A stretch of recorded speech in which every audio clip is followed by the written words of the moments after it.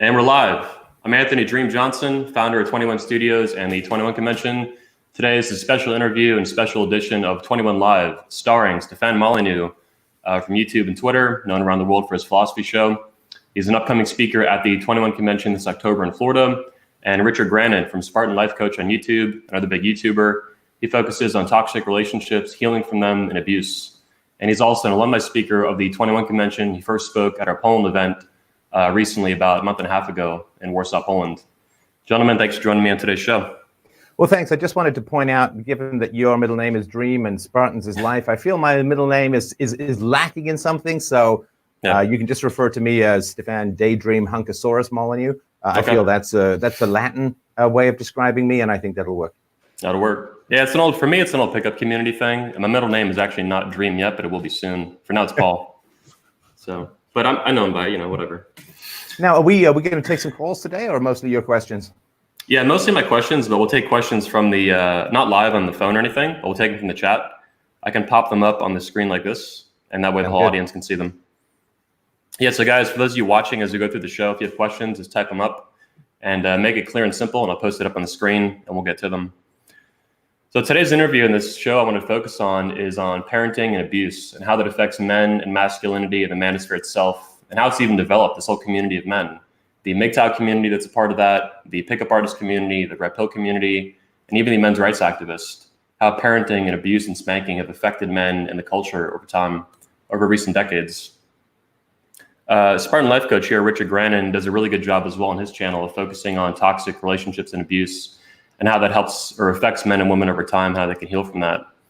With Stefan, though, we did a show, obviously, in the Red Man group just a couple weeks ago, and it was a big splash to even discuss this topic at all. I was surprised in that, Stefan specifically, you've probably seen this a lot, but any discussion of parenting like this, it's super controversial. I mean, it easily ranks up there with, religion and politics, if not even more abrasive. So it's fun to see that, but obviously we tried to get off that for the rest of the show and get back to other topics on men and masculinity.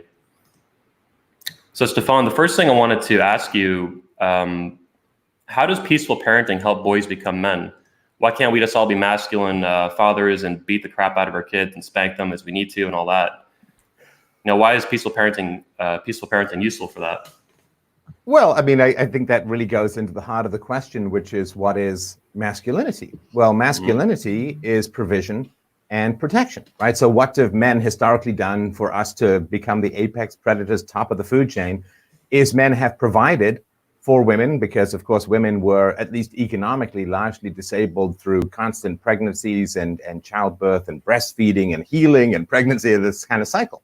And women did contribute something to food production in sort of ancient societies, but it was mostly the men who provided the calories. So provision is how men are defined, and protection, right? Because it's sort of like the male lions that circle the perimeter of the pride group and make sure that no other competing lions come in and rip apart the tribe or so on.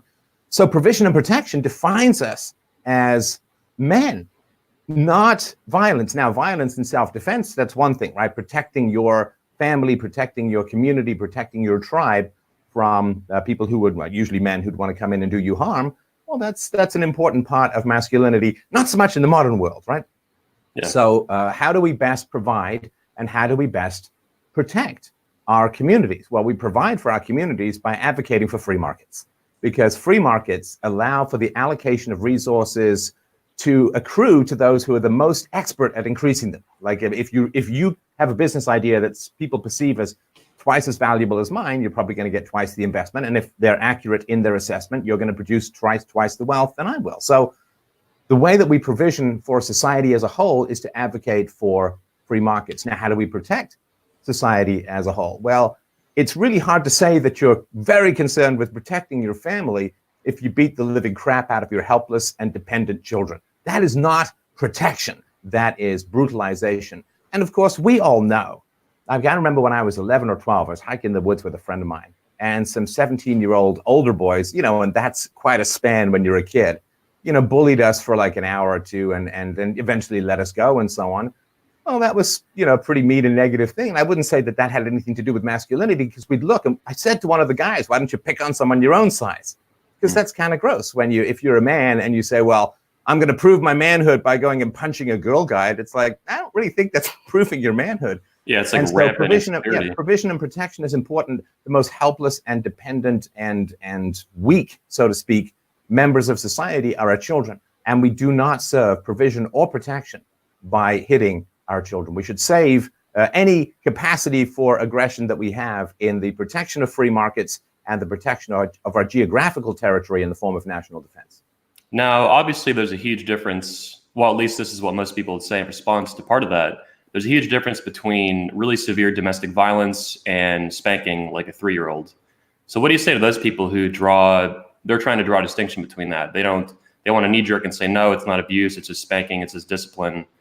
It's different than getting hit in the face with a closed fist. So what do you say to that kind of criticism? Well, of course, there are differing levels of abuse, but they're all still on the continuum of abuse. And the simple answer to that is somebody says, I hit a 3-year-old, okay? I mean, I don't even know what to say about that other than this. The pain, the surprise, the shock, and the pain has to be great enough to be aversive to the 3-year-old. In other words, let's say the old traditional example, the kid is reaching for a boiling pot of water, or the kid is running towards a road, like in the Stephen King movie. So what do? Well, you grab the kid and you whack the kid to condition the child to not do what you don't want the child to do. Well, it has to be enough of a shock, surprise, and pain that it is supposed to alter the child's behavior. So saying, well, it's just a little light tap on the butt, that's not what spanking is. Spanking is the infliction of aversive pain to fundamentally change behavior. Like we don't. So there's elements of intimidation and fear in that too, right? Well, there has to be. It is something that the child, like if the child's running towards the road, Pet Cemetery, I couldn't remember. If the child is running towards the road, you clearly do not want the child to run into the road. So if you're going to use spanking as your solution to that, then it has to be strong enough. Like you wouldn't spank a child for using the wrong dessert fork, right? I mean, it has to be something that's really big and life-threatening for you to spank. At least that's the general idea. And what have you taught your child? Have you taught your child that roads are dangerous? No. All you've taught your child is that daddy is dangerous. Have you taught your child that grabbing things from the stove is dangerous? No. You simply taught the child that daddy can unpredictably, from the child's perspective and randomly, explode in rage and inflict pain for no comprehensible reason to the child.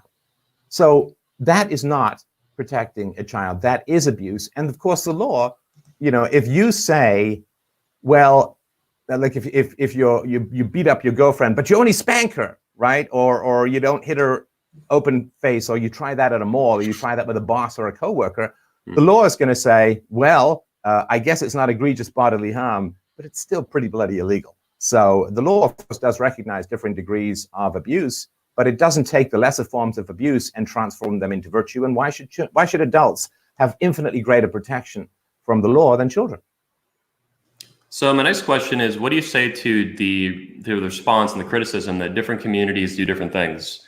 I'm not an expert on this, but from what I understand, for example, Asian parents and culture, they're more prone to spanking and hitting their children, things like that.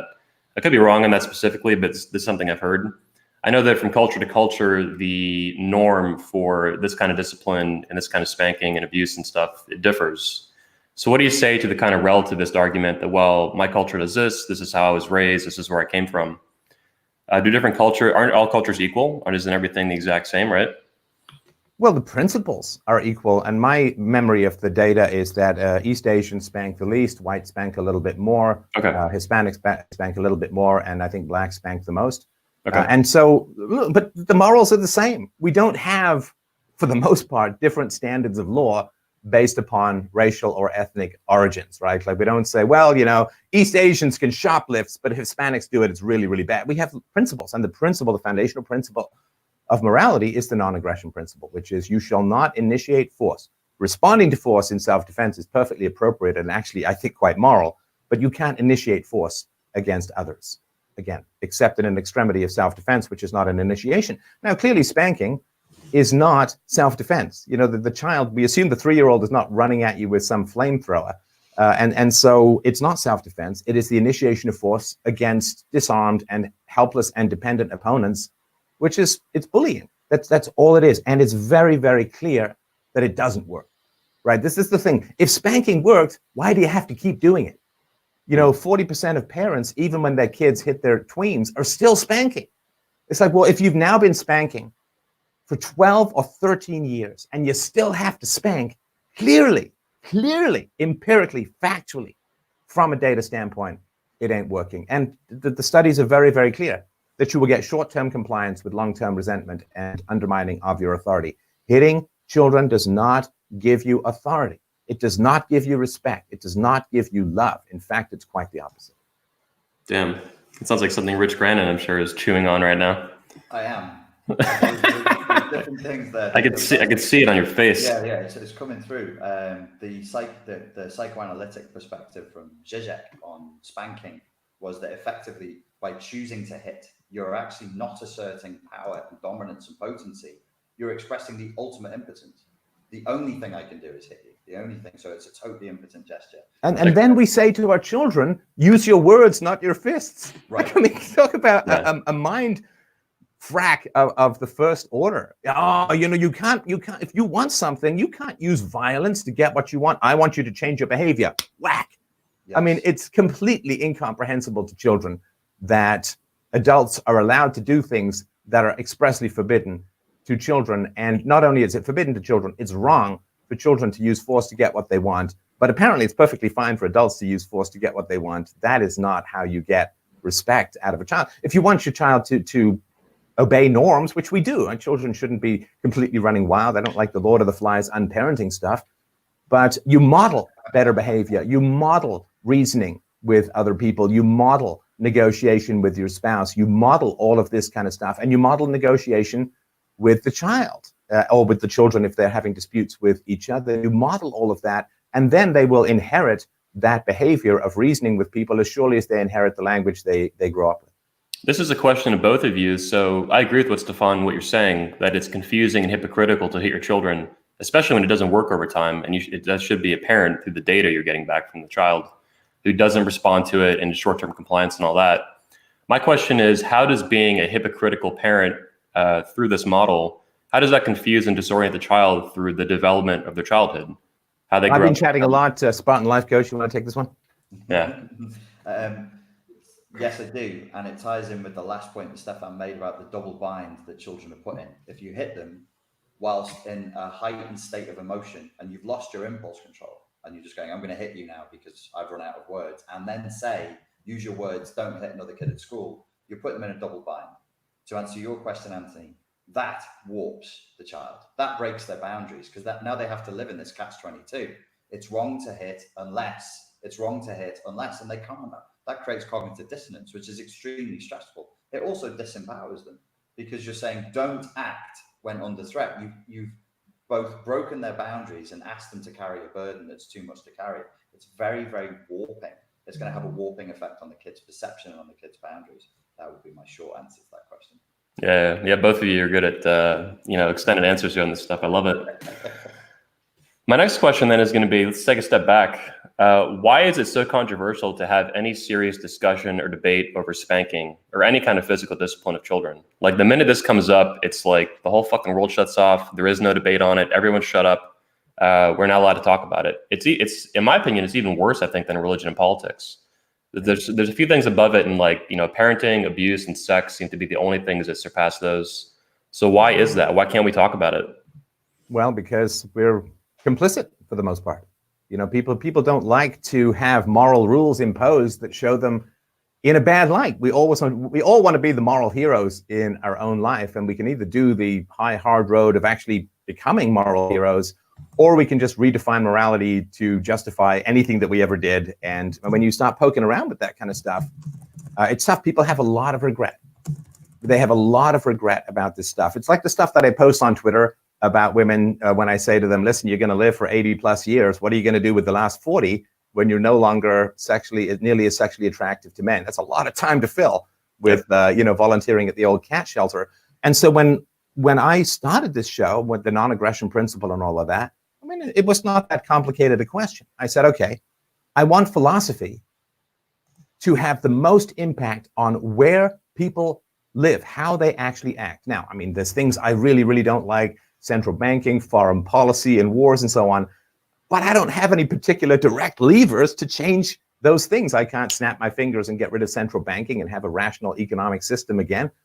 But when it comes to the non-aggression principle, most of us have not been beaten up in an alleyway, at least as adults, at least I hope. Most of us have not been to prison. Most of us have not necessarily been in a whole bunch of street fights in our 40s. But where is it that we enact the most violence as human beings? Well, unless we're part of MS-13, it's in the home and it's against their own children. And that's where most people are morally compromised, and they're morally compromised the most. And it's even worse because in their minds, not only do they think, well, I lost my temper, but it's part of parenting, they think it's a good thing. Yeah. Spare the rod, spoil the child, which is a complete misinterpretation. Of course, the rod refers to instruction, not to beating someone with a stick. So this is where people have had the most violations of a moral rule in their life, both as victims and often as enactors. So when you start talking about a moral rule that is not abstract, but is where people have put most of their hands and fists to work, people get very, very uncomfortable. And that's why it's so hard to progress in society, because there's so many people who react so strongly to regret and shame that rather than say, I did the wrong thing, man. I really should have read more. I really should have learned more. I really should have empathized more. They say, oh, you're a bad guy for bringing this topic up, because apparently evil is just whatever makes hedonists feel bad these days. Yeah. Damn. We have a question here, by the way. It's I think it's related enough to bring on the show. It was from Charles Van Dusen on YouTube. Hi, I'm a fan of Stefan, BA political philosophy, made a career in IT, kids not out of the house. Curious to hear you guys discuss the origins of and reason for male circumcision in Western society. This seems similar to me in that it's a physical intrusion on a child. I know circumcision is a whole fucking issue we could get into, and I don't think we need to do a half hour on it. But I'm curious about your thoughts on it in relation to things like spanking and abuse. It's evil, totally wrong, totally immoral, and needs to be stopped today. Well, and the origins are very simple, right? Which is it was an anti-masturbatory device. Wow. And no, I'm not absolutely. You can look all this stuff up. I didn't know that. That's all it is. It's to stop pleasure. That's what it's for. Yeah, it's simply, when they couldn't demonize human sexuality through religion, they ended up demonizing it by hacking off a third or more of penis skin, and it is an assault upon a child. It is incredibly destructive to the first thing you experience is having the most sensitive part of your body mutilated as a human being. And they've done these studies where with babies, cortisol, of course, is a stress hormone. It comes out with fight or flight. 6 months after circumcision, babies' cortisol levels are elevated relative to intact babies. It is a brutal, violent, vicious, mutilating assault upon a helpless newborn. And it's a way of branding human beings as livestock to be owned by society, in particular men, because men are tax livestock of society. We're net tax contributors, whereas women are net tax takers for the most part. Mm-hmm. So yeah, it's just branding us as we're goddamn owned by society, and we're just a bunch of livestock to produce and shut the hell up. And here's the proof: we took half your cock. Yeah, Jesus. It has no place in modern Western civilization. No, none whatsoever. For men, for women, for little boys, little girls, keep razor blades away from children's genitals, for God's sake. Things you shouldn't have to say. Shouldn't have to say. Please don't saw off a third of the baby's penis. Would that be something we could do? Yeah, it's almost as if the way you're born is fine, assuming you don't have any genetic defects, right? Mm-hmm. So just to be clear here, you both view it as conceptually related to things like spanking and childhood abuse. This is an intrusion. It's almost like the same mechanisms that parents are going through in their head with this. It's like, this is a child. It's worse. It's even worse. It's worse. It's worse. So being beaten is bad. I mean, I was beaten as a child. It certainly is bad. But as a child, it doesn't permanently alter your physiology. I mean, assuming that the beating is not completely psychotic, right? And so, but the mutilation of the penis is, it's lifelong. An assault upon just about the most intimate part of a man's biology, and it's permanent. And so, yeah, it is to me worse even than, because spanking at least has some, there's some behavioral modification stuff. Like, what the hell is this weird sadism of hacking off babies' penises, half of them? I mean, that's just completely strange, completely surreal. And it's one of these things, like, they look back through the tunnel of time in the future and they'll say, what on earth were you people thinking? That is completely bizarre. There is can I hit that with a slightly conspiracy theory angle, Anthony? Absolutely. It relates to. Hey, post-Epstein, man, there is no such thing as a conspiracy anymore. That term is going to be completely discredited. So yesterday I went through the full Red Man Group video, and I was listening to what Stefan was saying. There was something that Stefan said that I don't think people heard. Well, perhaps this is my reinterpretation. Correct me if I'm wrong, please, Stefan. Was that when you spank children, you're breaking their boundaries in such a way as that means they're more likely to be submissive to state control. Did I just hear that? Was that you said? Yeah, I mean, just very, very briefly, when you're bigger than the child. So all you're teaching the child is might makes right, and then you wonder why the child becomes a bully when the child gets older. You've taught the whole lesson. The biggest person willing to use the most violence gets his way.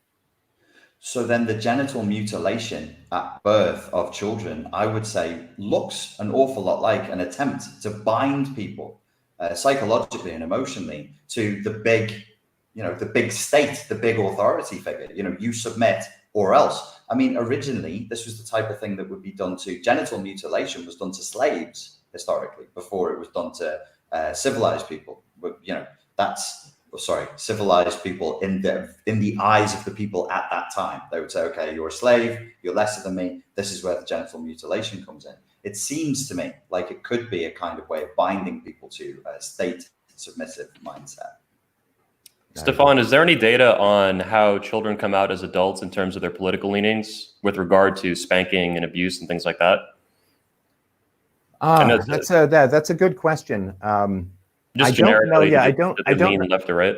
Yeah. So the first thing to recognize, just in general, is that the political spectrum. I mean, it's kind of narrow, left, right. It's kind of inhibitory, but nonetheless, we'll use it as sort of common colloquialism. I agree. That political beliefs are significantly genetic. And this sort of Democrat, Republican, left, right, Labor, conservative, and so on, these are genetic battles, as surely as they would be racial battles in Are you referring to RK selection theory or something like that? Yeah, well, it's not the RK selection theory, which I've got a whole series on, which people should definitely check out. It's called Gene Wars, GENE Wars. Okay. But even among sort of mainstream psychologists, there are massive predictors of political leanings based upon the genetics, twin studies, you name it, right? So that's certainly something that is important to understand. I would say that spanking conditions children to, both submit to and thirst for authority, right? Because if it's basically kill or be killed, you want to grab control of the gun in the room. And so spanking teaches children that you're either going to get spanked or you're going to be doing the spanking. And so that either makes them sort of blindly, dumbly compliant and avoidant of society, because it's just a hit fest, so to speak, or it provokes this bonobo brain, dopamine hunting, sociopathic lust for power, which is like, hey, man, if there's going to be hitting into society, I'm not going to be on the receiving end. I'm going to be on the dealing end. And I think that's where a lot of political ambition comes from. So you're saying it basically results in codependency and counterdependency, because I think, Richard, that's what that would be called? Yes, either codependency or counterdependency. I was thinking about the effect of hitting in myself, and there's codependent traits in me, but then there's this abject rejecting of any authority and being rebellious, but as an infantile defense, in a very infantile way of doing rebellion. And I do think I would directly relate that not just to the hitting, but to the atmosphere of terror in which I was raised. So there was hitting, and then there was interrogations, and then there was insinuations, and there was like religious stuff there as well. All of that, I think, has a massive impact on how people are going to believe politics should be played out, because it is really, when we're arguing politics, we're only really discussing how should power be used. That's it. There isn't really much else there. And let me just jump in here real quick, which is to point out something that I think is underappreciated in society as a whole, that the presence of biological fathers is the greatest antidote to child abuse that is known in society. So studies are very, very clear on this, that when a non-related adult male is in the household, children are 40 times, not 40%, 40 times more likely to be physically and or sexually abused. Wow. It's called the boyfriend abuser effect. And this is so single motherhood, where you often will get a whole sort of conveyor belt of low rent, trashy guys roaming through the bedroom and snarling at the children in this very, very sort of wolf pack kind of mentality. It is incredibly dangerous. It is this. I think it's, as far as I understand it, it is the biggest single risk factor for children is having a non-related biological adult male in the household. Not only are children 40 times more likely be physically or sexually abused, they're 50 times more likely to be killed, to be murdered. And so the presence of biologically related males to their children in the household is the greatest protector of children, which is why I say men should embrace their roles as providers and protectors. So this is something that the fragmentation of the family, the rise of single motherhood and so on, this is where the snowflake generation comes from. This is where the hysterical, reactive, trigger generation comes from. First, they're dumped in daycares, and then often they're preyed upon or abused by men roaming through their single mom's household. We've just created a whole generation of incredibly traumatized children, and it's a lot easier to break someone than it is to fix them. Yeah, and I was going to say too, now we're creating a multi-generational cycle of trauma that's just repeating itself and getting worse over time. And obviously we're trying to break that with YouTube channels and media and events and things like that, but it's fucking tough. It's tougher than nails. We have a question from one of the viewers here. Here it is. Awesome stream, guys. This is from Brian Pereira. Awesome stream, guys. I would love to hear your thoughts on mother versus father abuse on kids, how they differ and the varying effects. We'll ignore single motherhood and single parenting for a minute, just focus on biologically intact family. Stefan, do you have thoughts on this or data? Well, the data is that women abuse children more than men do. Okay. I mean, so that's fairly uncontroversial. I mean, there's been some studies where women are hitting their children 5, 10, 12 times a day. And what's your theory on the reason for that? Is it the inability to properly parent or dominate in a non-abusive way? Not dominate, but I mean, I can go to so men in general have a little bit more. It's funny because I don't want to say intimidation, like we glower and we growl. Our voice is deeper and we're larger. Yeah, voice is deeper, being larger. See, I mean, as you know, this whole concept of neoteny, that women retain childlike characteristics throughout their life, right? They don't lose their hair. They're facially hairless like little boys. They have higher voices like children. They're smaller, just like children. So it's harder for little kids to look at moms and differentiate them as clearly from children as men, as adult males with deep voices and sometimes facial hair or baldness or physical size and all that kind of stuff. And so because men kind of have an implicit authority, the old wait till your father gets home kind of thing, they generally don't have to escalate. I mean, I've never raised my voice at my daughter. I've never called her a name. I've certainly never hit her. Not that my wife has either, of course. I'm going to be clear about that. But we just have a kind of natural and easy authority. And I think there's something else too, because we don't carry the child, this is just speculation, but because we don't carry the child in our womb, women take it much more personally when their children are different from themselves, because this carrying the child in the womb, giving birth to it, breastfeeding, holding it for the first year or two of its life, there's kind of a fusion there, which is very healthy and very appropriate and serves to protect and nurture the child. But when the children begin to resist the mother's personality and identity, which is a natural part of growing up and a very healthy part of growing up, the women sometimes take it a little bit more personally than the men. And the men are like, yeah, disagree with me, fantastic, let's learn how to disagree productively and so on.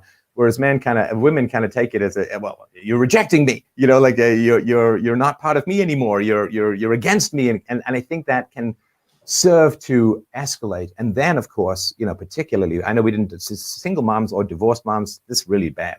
How is, just talking about the son, how on earth is the son supposed to respect the single mother? Because the single mother, there's two possibilities as to why dad ain't around. Number one, he was a bad guy. He was a bad guy. And okay, if he was a bad guy, then the single mom, when she was far older than the child, made a terrible decision about the most important decision in her life, which is who you have kids with. It's the most important decision you're ever going to make. So how on earth is the child supposed to respect the mother who chose a bad man to be the father of her children? Because clearly she has, it's not even bad judgment, it's like negative judgment, it's catastrophic, it's the opposite of any kind. So how on earth is she supposed to teach you how to live when her life is one big advertisement for everything to do that's wrong? Or see, here's the other thing, other possibility. He was a good man and she drove him away, or she left him.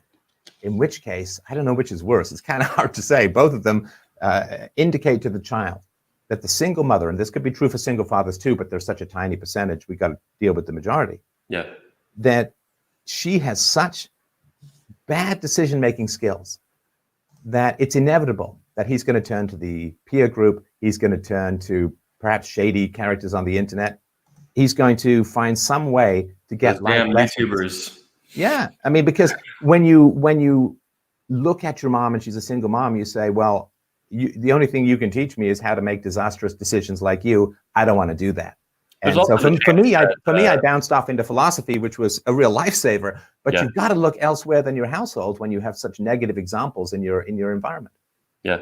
I was gonna say too, there's alternatives, like the father could have died in a fucking car crash or something. No, that's a widow. No, that's a widow. That's not a single mother. Yeah, I know. Yeah, It's a very, and people like to say, oh, she's a single mother too, and it's fundamentally different. Yeah, and that's a very small percentage of how mothers end up single as a widow. Yeah, you wouldn't want to confuse an accident with a suicide, like one is willed and one is not, and you wouldn't want to confuse a widow with a single mother. One is willed and one is not. So to be clear, when you're talking about single mothers, you're talking about how her choices were directly related to that happening in her life or that result.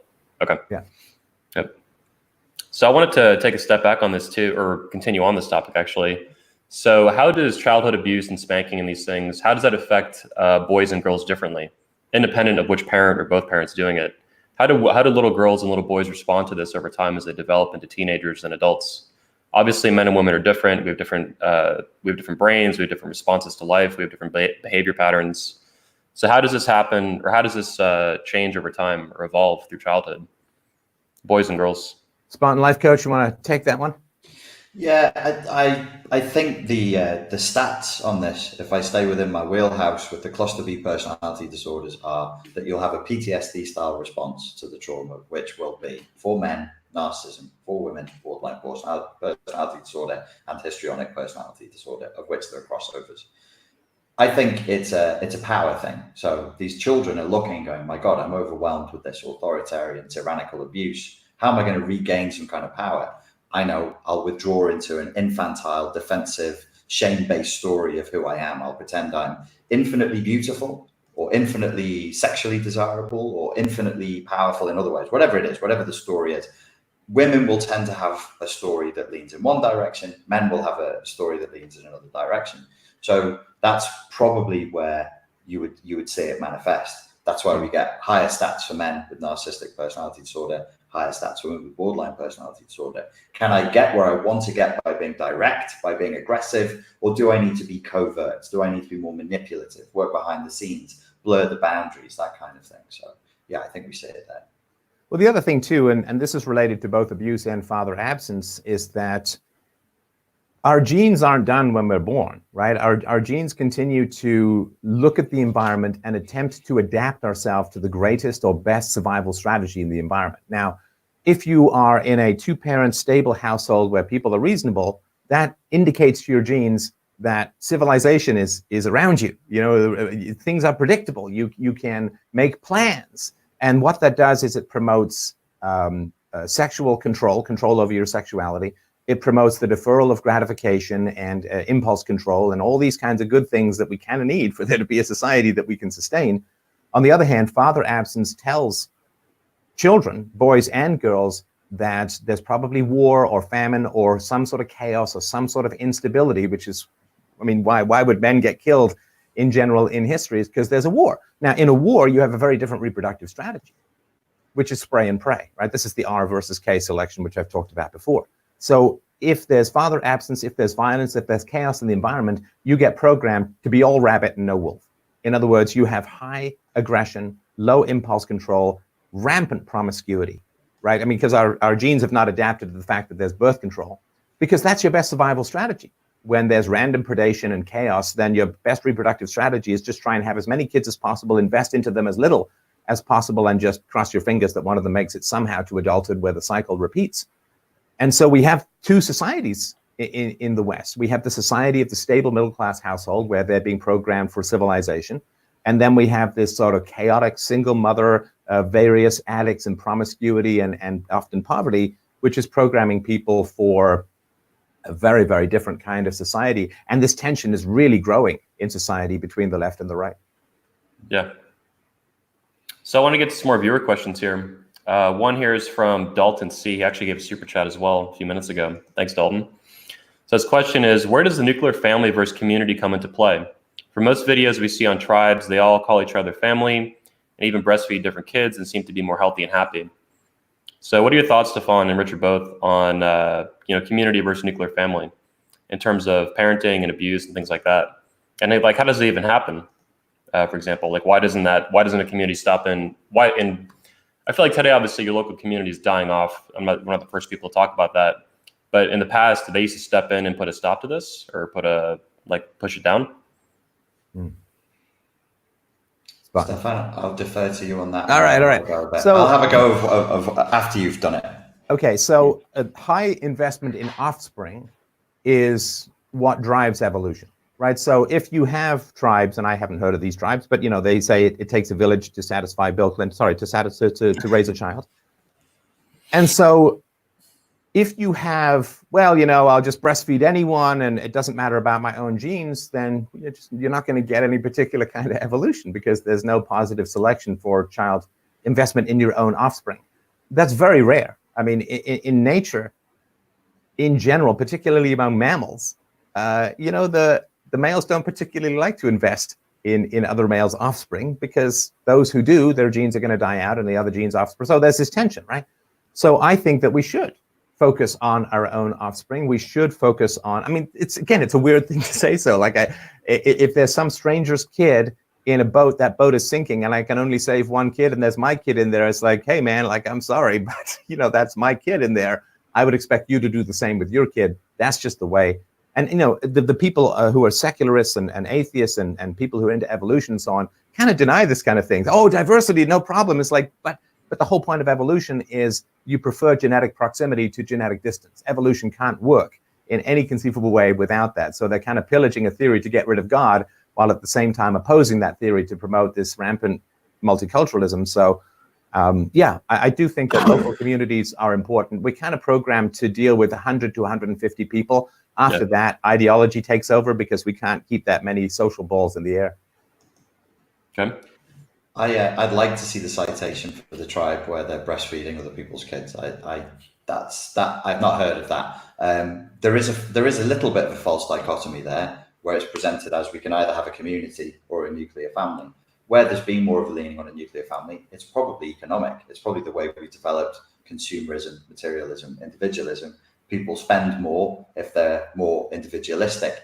The community, as Stefan just said, that's what we're evolved for. We're evolved to be tribal. We're evolved to know each other within a community. I can see a lot of reasons or a lot of ways in which it would be helpful to live in a more community-based society. You can take up the slack in child rearing. That probably lead to less stress. That would probably lead to less abuse. It would also expose the children to more role models, different role models who are experts in different fields of life. That seems to be useful. But a lot of it is freeing up the parents, the biological parents' time and stress levels so that they're less likely to engage in spanking, which I would suspect in the real world is more about impatience and frustration than it is about actual discipline, teaching some moral truth. I don't think it happens like that very often. I think it's usually just frustration. I haven't got the mental or psychological resources for this. I'm going to hit you.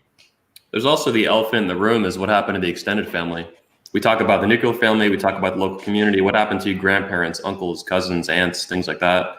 I did a stream with DDJ earlier this year or late last year, not too long ago on my channel. And it was the fall of the extended family. How this too has gotten, killed off. Mm-hmm. And then in some ways, it's even more important than your nuclear family. And it might not take a village to raise a child, but it does usually take, and it helps a lot to have people around you, family that you can trust. People are related by blood and people that share your genetic legacy or some component of it. Well, I mean, that's peak boomer, right? Peak boomer is the 60s generation and sort of thereon. Follow your bliss, man. Be a hedonist. Don't let anything interfere with your pleasure. If you want to go get a job, dump your kids in daycare. Don't really focus on the quality of the kids' education and just follow your own thing. You want to move to get a new job and more pay, just move. It doesn't matter what your kids need or their circle of friends or anything like that. Just focus on your own pleasure and drag everyone's misery along behind you like dead rats tied to a kite. This peak boomer stuff, right? And so the extended family, my daughter grows up, she has kids and so on. I'll just move to where she is. I want to spend time with my grandkids. Just find a way to, it's not even a sacrifice in my mind, you know? So, yeah, of course. So now the blowback is happening to the boomers, where the boomers are getting old and the kids are saying, well, we don't have any real connection, so I'll just put you in a home. And the boomers are like, well, that's terrible. And it's like, well, yeah, but you did it to me when I was 6 months old. So I think it's fair to do it when you're 70, because you have had a whole life to show me who you are, but you did it for me before I was even formed. So we have another question from a viewer that I think is worth taking here, and that's from Charles Van Dusen. Can you guys discuss how it was that the ancient philosophers thought it best to raise children? I recall an extensive dialogue between Plato and Socrates basically enumerated how Greek society should do so. I know both of you are fans of Greek philosophy, as far as I know. So to both of you, that's open. I wouldn't claim enough expertise in Greek philosophy of child rearing to have too much intelligence to say. Okay. Rich? Yeah, no, me neither, because it's a great topic, though. Really is. It's a fantastic topic, but I don't know about, and I've not read that. I've not read the advice given on child rearing or anything like that from a Greek standpoint. I can tell you how the Spartans did it, and we can have a full encyclopedic lesson in how to abuse kids thoroughly into murderous psychopath. But that's probably outside the realms of this discussion. Well, you are the Spartan life coach, so let's get on. So let's move on back to the manosphere a little bit. Stefan, you have some familiarity with the manosphere. Obviously, you're obviously aware of the pickup artist community, the red pill community, the MGTOWs, obviously the men's rights too. The manosphere itself is this large, loosely organized collection of men now, these different groups.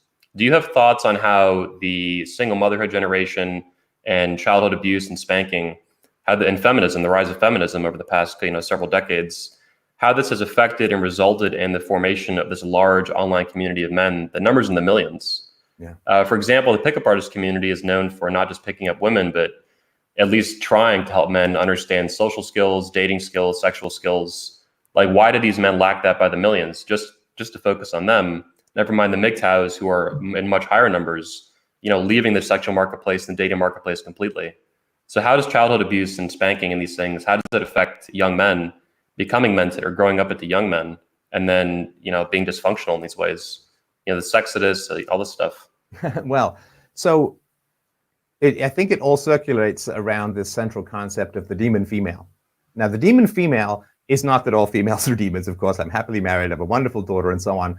But women's capacity for evil, which used to be very well known throughout society. I mean, think of Medea killing her own children, the vagina dentata, think of taming of the shrew. So women's capacity for evil, think of Eve, for heaven's sakes, right? So women's capacity for evil used to be well known and balanced things in society. Now, with rank sentimentalism and feminism coming along, women were always portrayed as victims, and now it's metastasized into a genuine psychological phenomenon called women are wonderful. Women are always wonderful. Women are always great. They're always thoughtful and caring and nurturing. And if anything bad happens, they're always bleating victims, being towered over by some nasty Neanderthal man specimen, right? So we've lost the capacity to recognize women's capacity for evil. Now, that is a very, very bad thing in society, because if women can't do any wrong, then all of the wrongs in society must accrue to men. And if all the wrongs in society must accrue to men, but men are not responsible for all the wrongs in society, then men are being given a Sisyphean task that they can't achieve, which is to rid the world of evil, or to break the cycle of violence. And so because we've lost what Jung would call the shadow, right, our own capacity for immorality, Solzhenitsyn talked about this, of course, it's a very, very important part of modern psychological literature, that if we completely deny, to go back to Spartan life coach's point, narcissism believes that they can't ever do anything wrong, so they end up doing a whole lot of wrong, because they could just justify everything they do. If it's impossible for me to do wrong, it's sort of like saying, well, it's impossible for me to eat badly, so I unearth what I need, the science of nutrition. And so we've lost our capacity to recognize that women are as capable of great evils, of great immoralities as men are. And so we've completely lopsided the conversation. We've provoked both guilt and helplessness in men. Guilt because men feel, or they're told, we're responsible for all the world's evils, and helplessness because we're denying the demonic female, and therefore we can't fix society any more than, if you've got a big plank that takes two people to lift and you try and lift one end of it, you can't lift it off the ground because you're missing the other half. And so by demonizing men and turning women into angels, we've completely broken our capacity to break the cycle of violence. And this is why violence in the family it remains such a core issue. Because once we start to understand that women are human beings, women have a wonderful side, they have a dark side, they have a good side, they have an evil side, they're as tempted into as great a set of immoralities as men, we can't have a productive conversation, because it's pretty narcissistic for women to just say, well, we're always perfect and anything that goes wrong is the man's fault. And you see this in online debates all the time. You can see this on my Twitter feed, right? I point out something about women and what's the first thing you hear? Well, what about men? And it's like, hey man, we've been talking about men for the last 50 years. You know, can we just, what Cassie J said in her interview about the red pills, a great documentary people should check out. She said, you know, can we talk about men's issues for 5? No, we cannot talk about men's issues, men's vulnerabilities. We can't talk about high male suicide rates. We can't talk about how divorce courts destroy men. We can't talk about high male death rates in dangerous occupations. We can't talk about male depression or anxiety. We can't talk about any of that, because women are wonderful and anything bad that happens to men is all men's fault. And that is a pathological place to pretend to have a discussion. Yeah, and I've seen this, in real life countless times. When I wear my hat, make women great again, when people actually realize it's not a MAGA hat, it's a make women great again hat, they're just, a lot of them are shocked, especially women. Women are all great. Yeah, are women already great? Why are they not great? I'm like, yeah, I have criticisms. Like, are you okay with that? And they can't deal with it. Even if I don't say anything, I just stare at them. They just cannot fucking deal with it. And it's so sexist, sorry to interrupt, it's so sexist to say men can handle being foundationally criticized for well over half a century. Mm-hmm. But you point out that lipstick is sexually manipulative on the part of women, and everybody loses their minds. Yeah. It's extremely narcissistic to have that split between angels and demons. Men are infinitely evil. Women are infinitely good. They're blameless. You must never say anything about them. And I'd never thought about it that way before. But actually, what we've done societally is engaged in splitting. So we're going, everything that is bad, project that into men. Everything that is good, preserve that in women. Of course, you're going to end up with men completely frustrated, completely lost. As Stefan just said, the double bind is men are told, eradicate evil in the world. And then we say to men, do you want to know where the evil is? It's in you, mate. You're the problem. So then what do? They're depressed, they're frustrated, they're anxious, they have no place. They can't move forward because they're stuck in this double bind. They end up shooting up schools, man. Yeah, they're told their whole life, they're screamed at that they're demonic, violent pieces of shit. Yeah. Surprised, and then have a father around, they end up shooting up the school or doing some other crazy shit. Yeah. Well, here's the thing too. I mean, when you say that women are wonderful, the great female weakness is vanity, right? The great male weakness is status and aggression, right? Status and aggression is the great male weaknesses, but not to say that status is bad or aggression is always bad and so on. But that's where we have our greatest susceptibility. That's why we can be goaded into this heroic war fighting for useless ends. But women's great weakness is vanity. And so when men get pumped up for status and aggression, we really have to be careful of that, because that's how we can be manipulated by the elites, right? Yeah. But for women, it's vanity.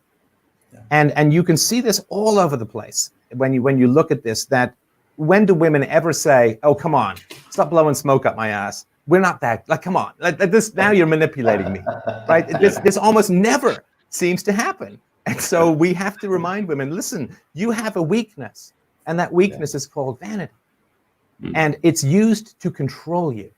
And by putting all of the ills on men and all of the virtues on women, the elites, the media, you name it, they are robbing you of your capacity for love and connection and commitment and succor and comfort and companionship in your old age.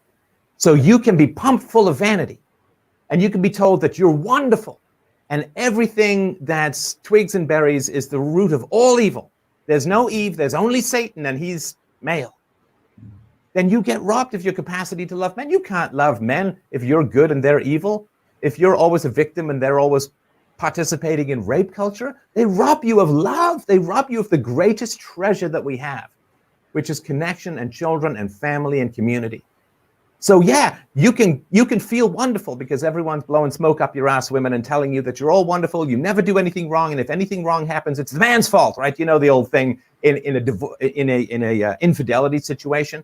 You know, if the man is unfaithful, it's because he's a bad man. And if the woman is unfaithful, it's because the man wasn't fulfilling her emotional needs and he's a bad man. I mean, we all know this. So women can get all of this vanity and they can be controlled and manipulated through their vanity. And they lose the greatest treasures in life. And what do they get?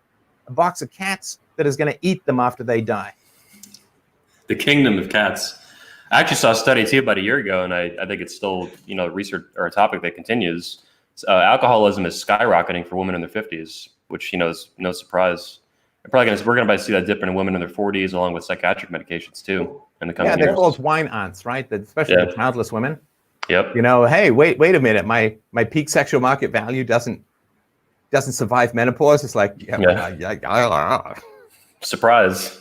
It's such a shame, though, isn't it? Because they're bound into this toxic ideology. They're fed that for life, and there's no safety net afterwards. They're just abandoned to it. They're like, well, I thought it was infinitely good, infinitely beautiful and perfect. Where have I gone wrong? It's like, no, you didn't go wrong. You were lied to your whole life. And wresting that ideology from women is really hard. Yeah, they went wrong by accepting the lie. Like, there is some responsibility there. They were lied to, and they're not responsible for that. I'm 31 years old. I'm not responsible for the existence of feminism, but I am responsible in my youth for accepting these kind of lies that I was told by society and things like that.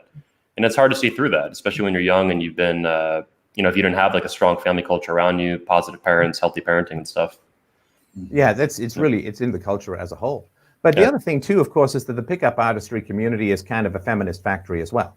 Right, because the pickup artist community, by pursuing the pump and dump mechanism, is just creating a lot of bitter women who hate men, and then they're just creating this open wound through which the virus of feminism can infect the female nature. So I don't like the pump and dump stuff. I have a daughter. Don't do it to my daughter, man. I'll find you. I will find you.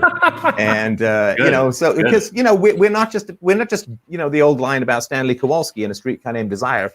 Tennessee Williams described him as a gaudy seed bearer, and it's like he's just this, but he's committed. He's got a wife. He's got a kid on the way. Provision and protection is not just about dropping your load in random holes in the world. That's not healthy, and that's not good for men, and it's really, really bad for women. Yeah. Before we move on, there's a couple of viewer questions, including a super chat I want to get to. Rich, you've been talking with me and observing the manosphere for a while now, and you first spoke recently at the 21 Convention, the Manosphere Summit of the World, right, in Poland. So what are your thoughts on childhood abuse and the resulting, CPTSD and trauma and things like that, resulting in the formation of the manosphere over the past, say, 20 years, since the late 90s? Do you think there's a connection there? And what have you seen by observing me and the speakers and what we do in relation to what you do? You want me to talk about your psychological profile, Anthony? If you need to. I can stay for another hour. Let's open Pandora's box. Full disclosure. Let me get volume 4 of my notes. Rich Grannon has been super helpful on a personal level to me in my life, coming out of the relationship or the marriage I had years ago, as well as like a whole childhood of like extreme domestic violence and all kinds of crazy shit. He's one of the best guys I've ever found for that. And I'm so sorry for that. Anthony. I feel for you, brother. That is a hell of a thing to go through. I'm really, really sorry about that. Thanks. On the positive side, I've built this entire company in response to it. So there you go. I wouldn't be as good a parent if I didn't have as bad a mom. That's just the weird thing that happens in life. It's like that, isn't it? I mean, I wouldn't bother doing what I do if I hadn't felt that kind of pain and suffering and the feeling trapped and imprisoned in childhood. Most people like they have a fork like this, right? It's like, and it ends up like this is good and evil, right? So most people, if they don't have a lot of trauma when they're kids, they have a fork like this. And it's kind of easy to miss the turnoff, right? It's kind of easy to, I can still see this side from this side, and eventually we have forks like this, right? It's like this way or this way. There's no thing we're going to be. You get horns or feathered wings. There's nothing. Angel or devil. That's your only choice, man. And it's like, okay, well that sucks, but it's not that complicated a choice to make. Whereas this kind of goofy stuff where you chisel away stuff, it's the boiling frog thing, So I don't know. It's kind of like I don't want the abuse, but I kind of want to give people that fork in the road stuff before it's too late. It's very unambiguous for us. Very unambiguous. You're given a great opportunity, and it can go really positive or really bad. I like the way you put it last time, Stefan, in the Redman group. You said people go through really rough childhoods, you come out gods or devils. Yeah. And I never heard that before. I thought that was really good. But Rich, to give you a little more direction and juice to the question too, in the manosphere I've seen, I've been a part of it for 13 years now. Literally my entire adult life since I was 17 years old, still a teenager. I've been involved with it almost every day on a personal level as well as a business level. what I've seen over the years, whether it's the pickup artist community or the red pill community, the two that I'm most familiar with of the four major groups, any discussion of like childhood abuse and parenting and these kinds of things, it gets immediately disregarded and disrespected. It's not a serious topic. Man up, shut up. It's not a big deal. Get over it. It was in the past, all these things. The knee-jerk response is really strong to it, basically, regardless of what the focus of that particular sub-community is.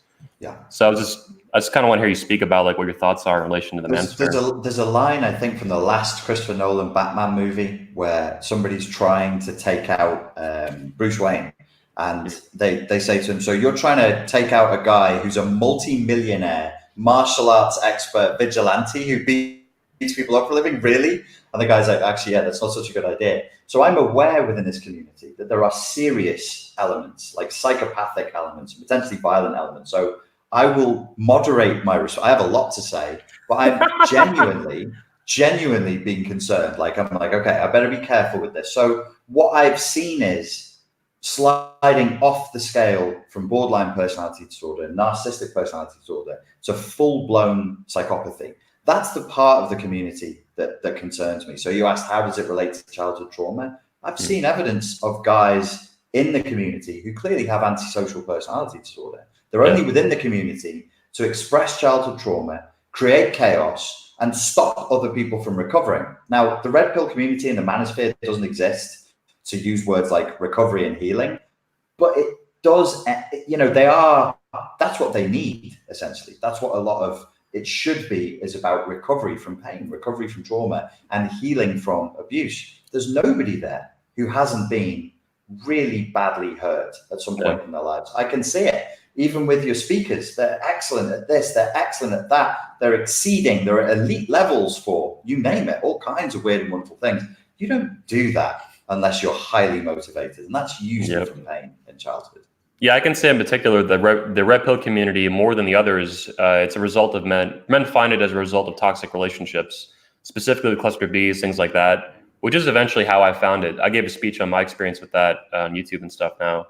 And one of the audience members actually that saw it live wanted me to find this community immediately in response to the ideas I was kind of tackling and chewing on at the time. And I have found it really useful. But at the same time, I know every community is going to have people with cluster B personality disorders. But yeah, manosphere ones, in particular the red pill, I think has a higher percentage of that. So we can get to some questions here from the audience again. There was a super chat I wanted to hit. Where did that go? Sorry, whilst you're looking for a question, the other thing I wanted to add to that is the resentment towards women as just an idea of women. That is an elephant in the room we're not allowed to talk about, Rich. What are you talking about? That doesn't exist, dude. Right. Yeah. Exactly. Yeah. And that's where the ideology started to frighten me a little bit, because it felt at times at the red pill end of the swimming pool Stalinistic. There are certain words you can't use. You'll be denounced. You'll be accused of failing purity tests, of being a heretic against the orthodoxy. Then you're due to be burned at the stake. And it's like, wow, guys, aren't we men together, like brotherhood, and help each other out here, have a sense of humor, be cheerful. I didn't get that vibe from them at all. Yeah. Well, I mean, this is one of the big challenges. This is, I think it's Warren Farrell's statement. He's got many great statements. And one of them is, a woman's strength is her pretense of weakness. Woman's strength is her pretense of weakness. A man's weakness is his pretense of strength. Oh, that's good. Right? You can ponder that for a week, and it's a very, very powerful statement that he makes. And it's hard for men to say, I've really been harmed by women. Right? And there's reasons for that, sort of historical and all of that. But it's, first of all, it's not women in particular, it's women plus the state, right? It's not women, like, power corrupts everyone. And the fact that we've thought that women are angels and women's uniting their power, their voting block, their voting base, their extended lifespan voting length, uniting female sexual and romantic power and nagging power. Of course, a young woman gets what she wants through sexual attraction often, and an older woman gets it through nagging. Often, not always the case. I'm in a nag-free marriage and all that, but it happens. But you unite women's romantic power with their voting power. And that is the big problem. And this is why I focus on reducing state power. We won't know what female nature is in a state of freedom until we can decouple femininity from the power of the state. And the only way to do that is to reduce the size and power of the state. Because women, their negative behavior, the tendency towards abuse or nagging and so on, was limited by the fact that if they got divorced in the past, well, oftentimes they didn't get much, right? If anything. And so women had to choose well, and they had to provide value in a marriage. And so did men. Please understand me, I'm just not one-sided thing, right? Now, the fact that women can gain access to male resources through the power of the state, rather than being a boon companion in a man's life journey, has corrupted them. It has turned what used to be more of a free market relationship between the genders into communism, into socialism. Now, if you're in socialism, you get paid whether you produce anything or not. You get paid whether you show up or not. You get paid whether you're good at your job or bad at your job. So why on earth would you go the extra mile? You get the resources anyway. And women don't have to provide much value to society other than voting once every couple of years in order to get the precious resources out of the man's wallet at the point of a gun held by the state. And specifically, you mean both like welfare queens, like single mothers who are, deliberately abusing the system, getting as much stuff as they can, as well as things like divorce court that are a little bit separated from voting, but are still systemically biased against men and fathers, and result in women getting all these. And government employment. I mean, if you look at government workers, in particular sectors, it looks like your average HR department, right? I mean, I worked briefly at the Department of Education in Canada, in a Canadian city, and there were like two guys. And it was like a sort of a taxpayer teat-sucking coven as far as the eye could see. And so this whole propping up of female income through laws that forbid any kind of differentiation between males and females, despite the fact that women go off and have kids and sometimes don't come back, and women don't work as many hours and don't have as much testosterone, and all these kinds of things, which make women wonderful, but not always as productive as men in the economic sphere. So you've got all of these government laws propping up female income, which and the purpose of that is obviously to buy votes, but it's also to draw women out of the household into the workforce so that the children can be separated from the parents and programmed by the state. I mean, this is just population control 101. Separate children from the parents and have them thrown into state institutions where they can be subject to propaganda and drag queen dances. I mean, this is basic. And of course, the other thing too, drawing women into the workforce with artificially high wages also drives down wages for men. Because, when women all swarmed into the workforce, all they did was, supply and demand. They depressed wages for men. And of course, they were a tax base that hugely profited the state, right? Stay-at-home moms don't pay taxes. But if a woman goes to work, then she consumes more, she pays taxes while she's at work. And also, you have to pay taxes or income to pay for the people who are taking care of the children who aren't the parents. And so it's a huge clusterfuck that benefits the elite and, again, feeds into the vanity of women. And, Did I just hear some Battlestar Galactica terminology here? Yeah, I have imbibed both theories, although I didn't finish the second. But so this kind of stuff is really, really important. We're not looking at female nature in the current system. It's like looking at the work ethic in a communist country and saying, well, those people are just lazy. It's like, no, they're not lazy. They're just responding like we all do, most of us do, to particular incentives. So thinking that female nature is somehow defined by the current incredibly corrupt system is unjust and unfair. Again, it's like calling Cuban factory workers lazy because they don't seem to want to, go do overtime. It's not the case. The system is wrong. Stefan, I have a specific question. Is it your opinion that welfare for single mothers and children and things like this, is it harmful to children, and that it enables single mothers and women everywhere to make bad decisions and to disregard consequences for those decisions, or it basically offsets them, is how I see it? Well, with regards to the welfare state, we can certainly argue consequences. But the problem with consequences is you can always find someone who's benefiting from it, and reasonably so. Right. So the question with the welfare state, again, goes right back to the beginning of our conversation, Anthony, which is the non-aggression principle. How is the welfare state funded? Well, you point guns at people, take their money, and hand it over to buy vote. And so thou shalt not steal, kind of foundational to any moral, ethical system. And so we can argue effects, but that gets murky and complex. The moral cause is just wrong. I don't care what you do with the $500 you stole from me. Like, I don't care if you use it to buy drugs or give it to charity, you stole it from me. So talking about the effects gets all complicated, and there's lots of counterexamples, and you end up with a bell curve. And I just, the principles. It's like, thou shalt not steal. Cool. Let's get to some of the viewer questions. This was a $10 super chat from Darius Thurman. How should a young man who was abandoned by his father and has developed avoidant attachment style cure his transient sense of self-worth and constant need for validation? How does he become secure? Well, first of all, you'd recognize that it's not that you were abandoned by your father. That, again, earlier, all the problems are defined as male problems, right? You were not abandoned by your father. That certainly happened, but you're missing, you're missing the foundational part of the equation, my friend, which is that your mother chose a man who abandoned their children. Your mother chose a man who abandoned their children. Listen, we don't need any more pressure to look at bad actions of men. We've had that hammered into us like nails into a palm for the past 50, 60 years. So we don't need more characterizations of bad men. If you have a seesaw and there's like 50 pounds of rocks or 50 tons of rocks on one side, you got to start putting some rocks on the other side. People say, well, what about this side? It's like, well, this side already has 50 tons of rocks on it. We got to put some on the other side to balance it out.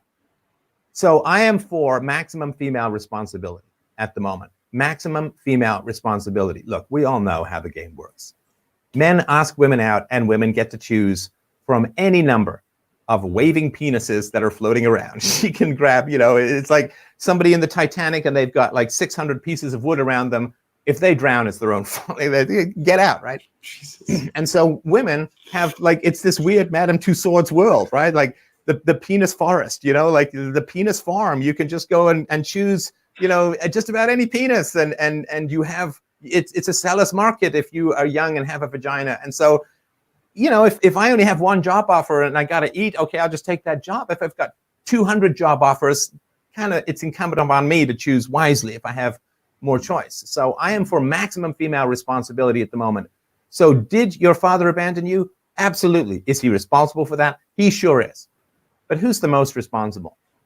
Your mom, for choosing a guy who abandoned you. And all that we focus is on the abandonment. And you didn't say anything about your mom in there. Focus on your mother. And that, because otherwise you're just focusing on everything that men do wrong. You're a man, you're going to internalize that and you can feel like crap. And don't do it, man. Focus on female responsibility. Hey, they wanted equality. I'm giving it to them. Yeah, what it sounds like to me is you're telling him to focus on what's being hidden from him in the world right now. Yeah, he knows his father abandoned him. What he's missing is the female engineering of that situation. I even mean just socially and culturally, like we're told to just completely ignore and avoid at all costs any discussion of female responsibility. Like calling a woman a deadbeat mother is just like heinous right now. Whereas deadbeat fathers you see literally on billboards in America and stuff like that. Well, war is characterized as a male endeavor, but female rulers throughout history have started more wars per capita than men ever have. So again, it's one of these sad, and that women are part of the cycle of violence, and they're foundational to the cycle of violence because women raise children. You got single moms, you got dads working, you've got primary school teachers. The vast majority of them are women. Most boys who don't have a father in the house don't meet a male authority figure until they're in junior high or high school. So now we're talking the women control the environment of the children for at least the first 10 years of most children's lives. And then women say, well, the world is terrible. It's a bizarre. I mean, if I'm the farmer, do I get to blame my crops for not growing right? It's ridiculous. Yeah. Women want all this control over childhood, okay, fine. I don't agree with it, but you got it. Then stop complaining about the world that you made. If I carve a statue and I say, well, this statue is incomprehensibly ugly, I don't know what happened, people would look at me like I was insane. So women complaining about the world. It's like they're gaslighting themselves. There's gaslighting. Rich, do you have any thoughts on this, Rich? I think given the context of when this conversation is taking place, there are psychological solutions to this, but also from a philosophical point of view, to see things clearly, to see the truth as it is, and to accept it all, as Stefan and Anthony just said. You've got to look at what is not there. So you framed the question in a certain way, and there's things missing from the terrain.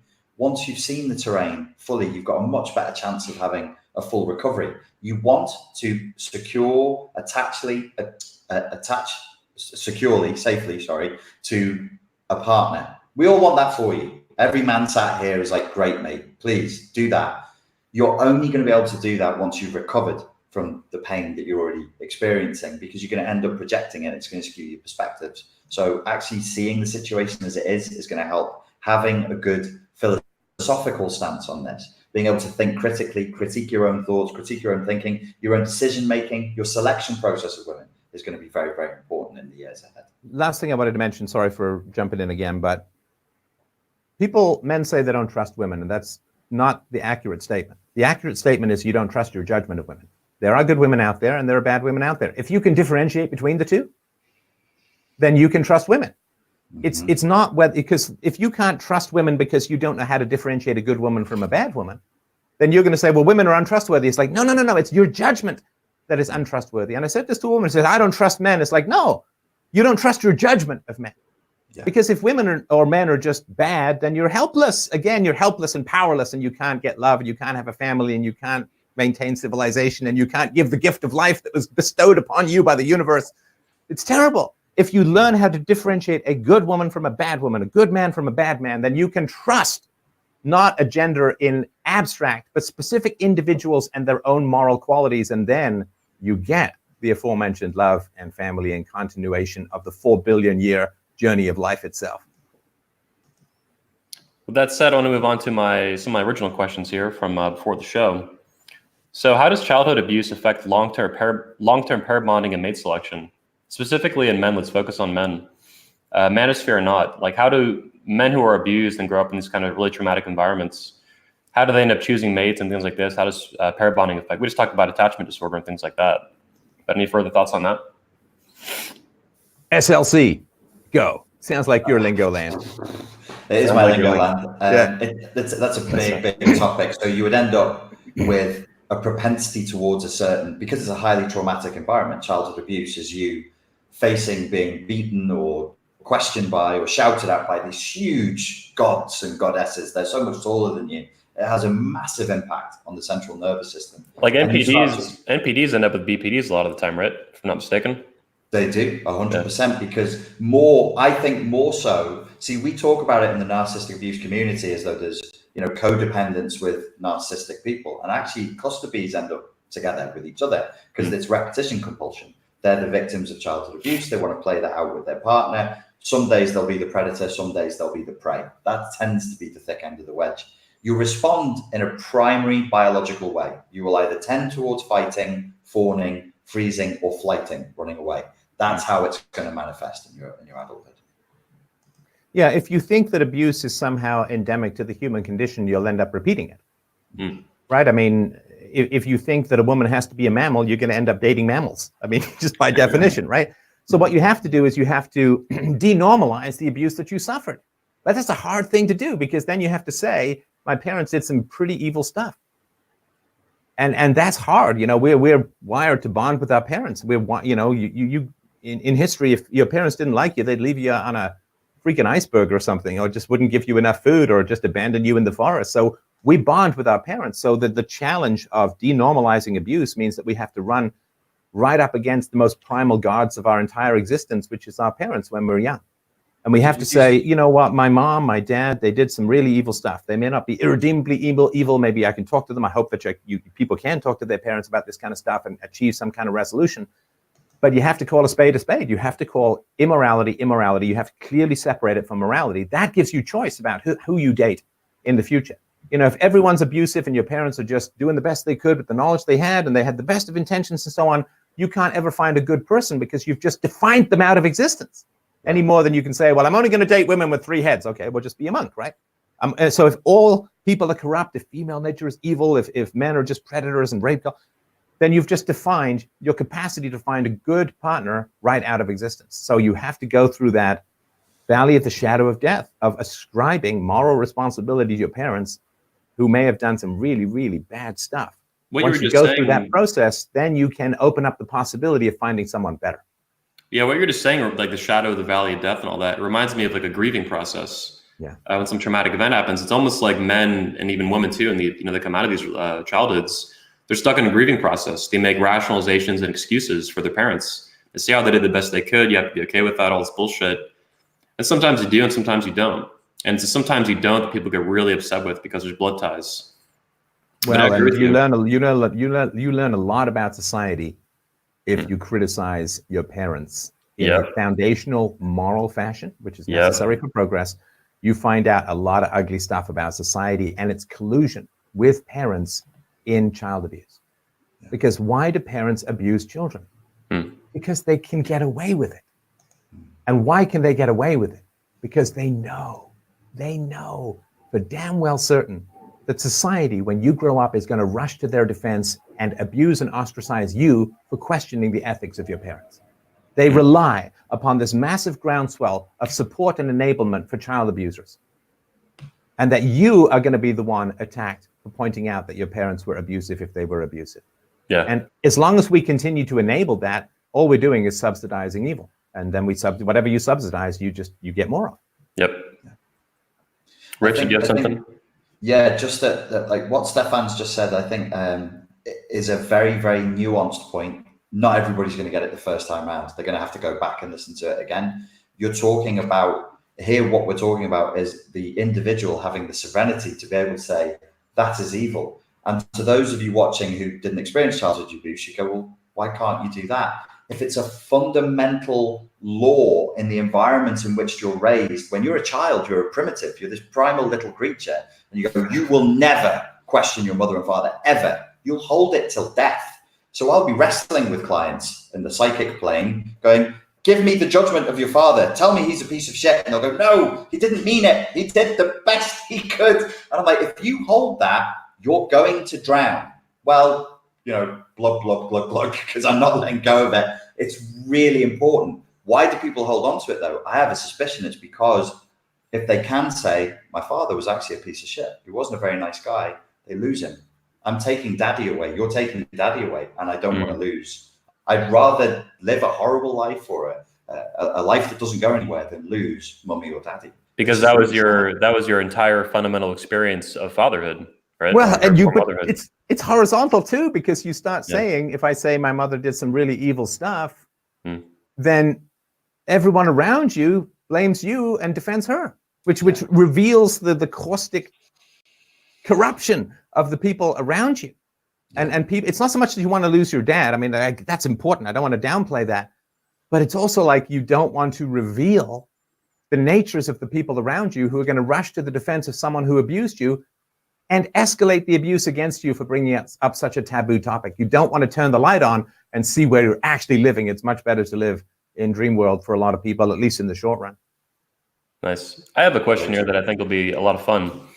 A lot of fun for us anyway to discuss, and not so fun to grow up around.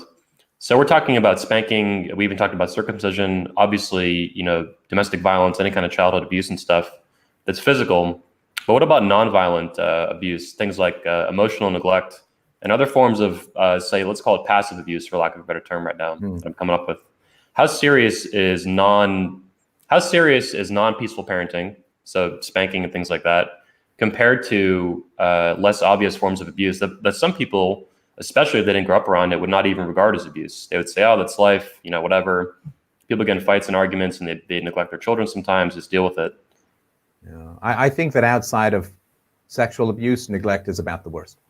Okay. Yeah, and we know that because children will act up even to get negative attention from their parents. It's better to have a negative bond than no bond, because you can find a way to wrestle through a negative bond and transform it into a positive bond.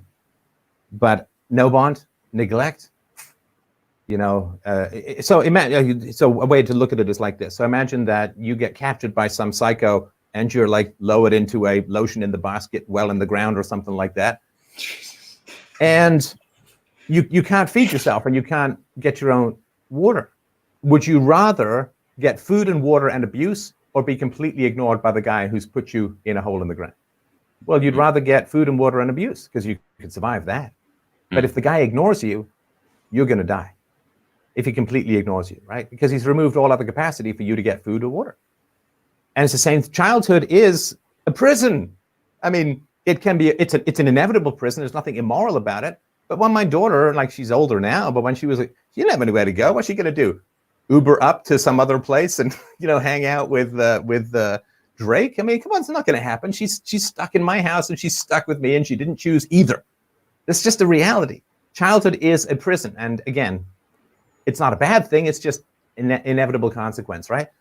So if you are ignored by your parents and you're trapped with your parents, which we all are when we're very little in particular, that's really harmful. It's really harmful. It's the difference between if you teach a child curse words versus don't teach them any language at all.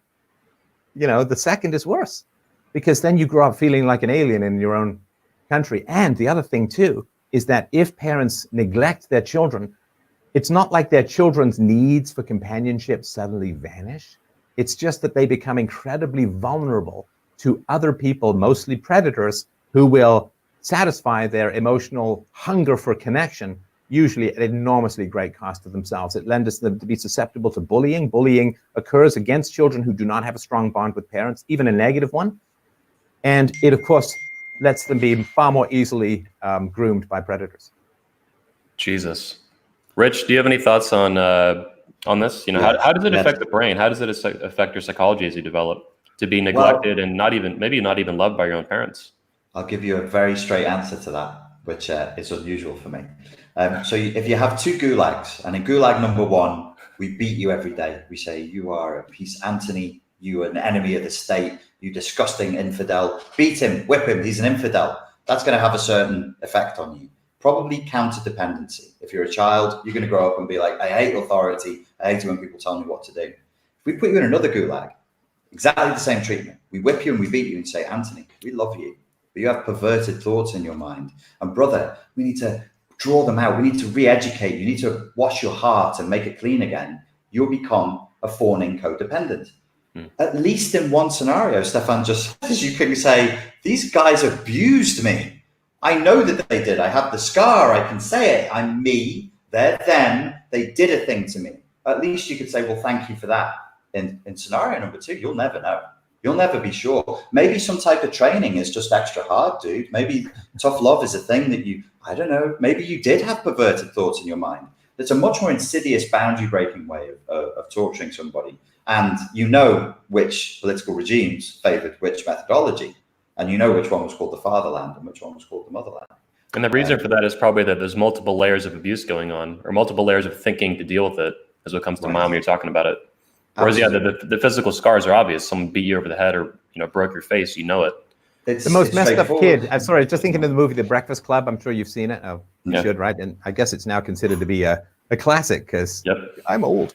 But in the movie, the most messed up kid was the one whose parents dropped her off and she turned to wave goodbye to them and they just drove off. No contact, no connection. They just we could drop her off like a sack of groceries or potatoes or a mail and then just move on. She was the most messed up of them all. Worthless, yeah. It's like you have zero value to the gods who created you, essentially. Exactly. You must be seen. It's better to be in pain than to be nothing. It's better to be in pain than to be nothing. That's pain is still part of existence. Nothingness is death in life. Damn. So, Stefan, I wanted to ask you this at the beginning, but we'll get to it now. What is the goal of promoting peaceful parenting, other than some of the obvious benefits of children not being abused?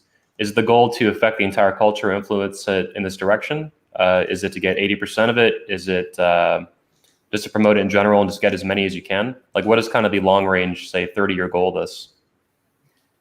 Well, the long-term goal is a free society, and a free society is a stateless society. And it's a big topic, so I don't expect everyone can recoil as much as they want. I completely understand it. I did when I first thought of it and was exposed to the ideas. But in the long run, governments initiate the use of force. The initiation of the use of force is evil, and therefore we need to have a stateless society in the same way that we have a slave-free society and so on, right? Now, how do you get there? Well, when children are traumatized, they end up being dependent on the state quite a bit, right? Because they make bad decisions, because they don't take care of their health. Child abuse takes an average of 20 years off people's lifespan. Child abuse contributes to the growth of cancer.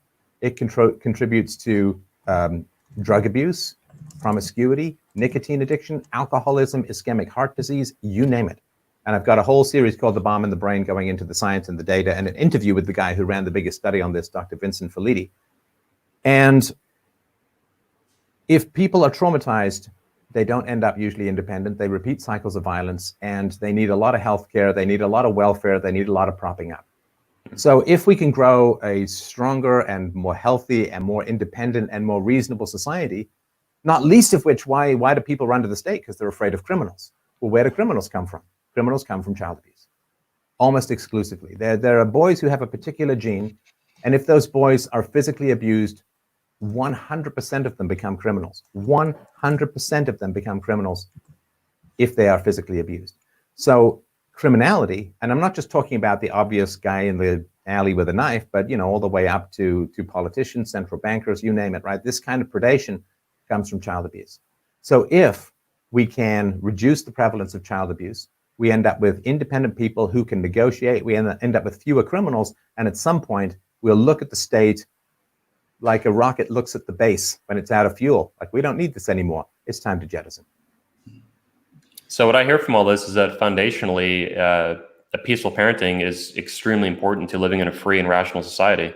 The only way we can get there, man. It's the only way we can get there. Okay. Rich, do you have some questions for Stefan you wanted to hit? I definitely do. Watching the Red Man group discussion again yesterday, there was a point where you were chatting to Steve the Dean, and there was an issue where you said he brought up spare the rod and spoil the child, and you said that's actually doesn't mean hit them with a rod. Can you expand on that? Because it kind of got moved past very quickly, and it felt like what you were saying, there was a lot to be said. Like, you weren't for softballing children. You weren't, like what he was saying, what Steve the Dean was saying was, well, then you'll end up with kids with no boundaries. And I didn't get from what you were saying that they would end up with no boundaries. What would it mean to you to enforce the rod in that situation? So boundaries is a very, very interesting point. And boundaries only exist when there are two people in the room. When you're beating someone, you're erasing them. When you use violence against someone, it's 100% you and 0% them. You are erasing their existence in the equation because you're not negotiating with them. They're running, they're cowering, they're hiding, they're curled up in a ball, they're crying, they desperately don't want to be there. There are no boundaries in violence. I mean, when you think about a knife going into someone's body, that's foundational to a boundary violation, which is a physical skin boundary violation. The only way that there is boundaries, the only way that you can have boundaries is when you're negotiating, when two people are bringing their needs and trying to find a win-win situation to a particular conflict. So when you're hitting a child, you're not teaching the child boundaries. You're teaching the child that the child does not exist in the face of superior power. That's not boundaries. That's a complete erasure of another personality, which is really what violence is supposed to do, and also neglect, sort of by the by. So we are, and I think this was more my generation. I was born in '66. I think this is more my generation than most of the generations that came before. We were incredibly untutored by our parents and untutored by society. And all of these basic facts about men and women and monogamy and sex and responsibility and mature, none of that existed in my upbringing. The church had been abandoned. Sexual education was simply about don't get pregnant and crabs can outlast you in the bathtub. Oh, there was nothing particularly, and so we were kind of abandoned to our animalistic natures, which is where, promiscuity and a lot of hedonism and so on, we were taken from human to monkey in like one generation. So spare the rod, spoil the child means the rod is the rod of instruction. It's of wisdom. It's of passing down the accumulated knowledge, painfully extracted from millions of years of evolution, 150,000 years of humanity existing, massive amounts of trial and error. We've gotten some pretty basic and important principles. Voluntarism is better than violence. Pair bonding is better than single parenting. Massive income transfers are incredibly destructive to society when they're run by the state. Like, freedom is important. Freedom of speech is important. The right to own arms is important. Like, we've kind of extracted horrible blood-soaked lessons from history, and then like one post-war generation, that all evaporated, that all vanished. It was the great undoing of the West, and we were abandoned to our mere base mammalian animal fight, sex, food, lust, distraction. Just we were reduced to the animal. In one generation, it all just evaporated. Now the rod, if you think of a shepherd, what does a shepherd do? Well, he uses the rod, he goes ahead, and the sheep follow him. Why? Not because he doesn't beat them with the rod. Like, I've never seen that. I've spent some time on farms. You don't see the shepherd out there hammering away on his sheep with the rod. He's not hitting them. He's leading them somewhere. And the rod is the rod of instruction, of wisdom, of knowledge. Now, the funny thing is we lost that for like 2 generations. But now because of the internet, oh man, it's coming back. It's coming back. We now have elders. I mean, you guys get called internet dad. I do all the time too. Like, we now have the capacity to refill the cup of wisdom and pass it down to the next generation because of the internet. It wasn't going to happen in the home. Single moms can't teach you anything. Single dads usually can't teach you anything other than don't do what I did, which is, okay, great. There's a couple of things I shouldn't do. Doesn't help me with all the things I should do. Like, don't go to Hawaii. Okay, well, I don't know where I'm supposed to go other than not to Hawaii, right?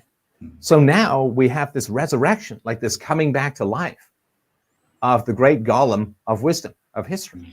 And so all the people who wanted to scrub knowledge out of the intergenerational transfer of wisdom, they don't like the internet. It's why all this censorship is happening, because we're resurrecting and retransmitting essential truths about the world, about society, and we are way out competing the propagandists, which is why stuff like this does better than most mainstream media shows, which is why I have over 600 million views and downloads, because we're resurrecting, we're like shocking back to life the golem of wisdom that used to instruct the young. And all the people who need us dumb and easily controllable, well, they don't like it too much. Lovely, lovely. I mean, he's particularly. I only met Steve at Warsaw in Warsaw recently. I love the guy, and he seems to be relating it to criminality and the idea that without that, kids would grow up criminals. But you're talking about quite a rigorous system of instruction, of wisdom, with boundaries, where this is not some airy fairy like, oh, just let them do whatever they want, right? Oh gosh, no. Listen, look. All kids experiment with lying. My daughter was you did, I did, everyone does the experiment with lying, right? So I catch my daughter in a lie. Like, what am I going to do? Yell at her? No, it's very easy. I just say, oh, is that what we're doing now? We don't have to tell the truth in the family anymore. So I can make a commitment to you to take you to a playground or take you to Chuck E. Cheese or whatever it is.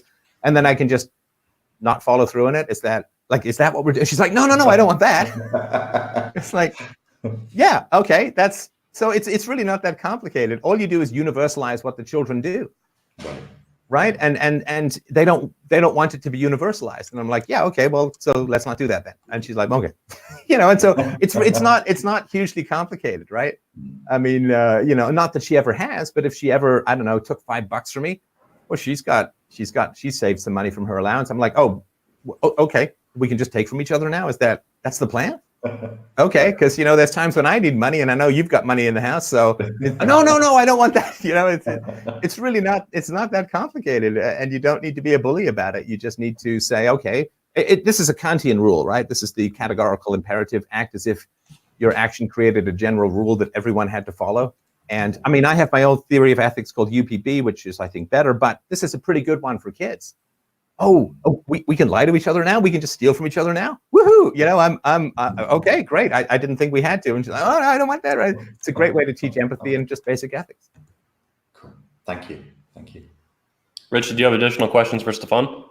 That was the big one, because I worked in the education system in the UK for about 5 years, and not only was that not present, I saw people actively trying to erode it. So if you actually offered the kids guidance, leadership, any sort of a sense of wisdom, they really hated it. They actually actively fought against me trying to do that. Jesus. We have another viewer question here before we wind down. This one is from Chaz. Stefan, this one's probably for you. Is there an IQ component to peaceful parenting? Are low IQ parents capable of it? Will low IQ kids respond to it?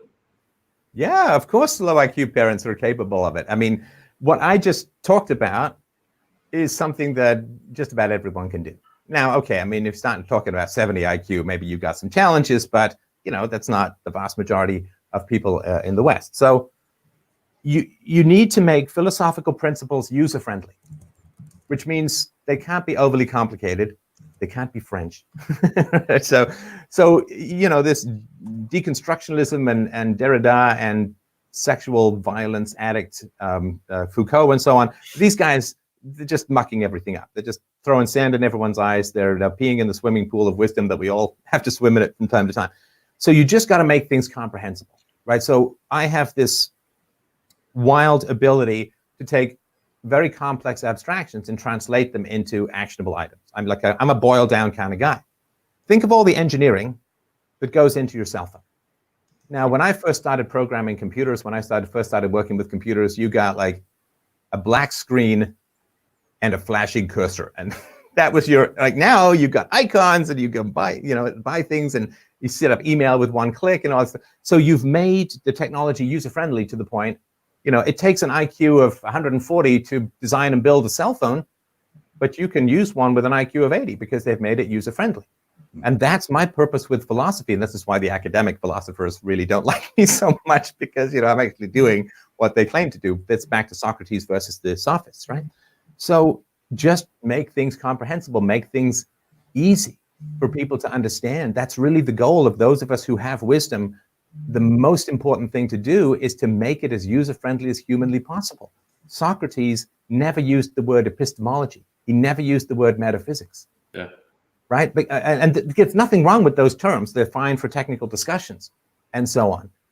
But, I wrote a book called The Art of the Argument, and some people were crabbing at me. It's like, well, you didn't have the proper distinction in this particular case, possibly between valid and sound and blah, blah, blah. It's like, dudes, it's called The Art of the Argument. It's supposed to be user-friendly to help people win arguments to save the world, not hair split over logical terms that logicians have had 2,000 years to instruct the general public on, but have failed to do so. So just make things user-friendly, make things actionable. And that's why economics is fascinating, but we can't do much to change it.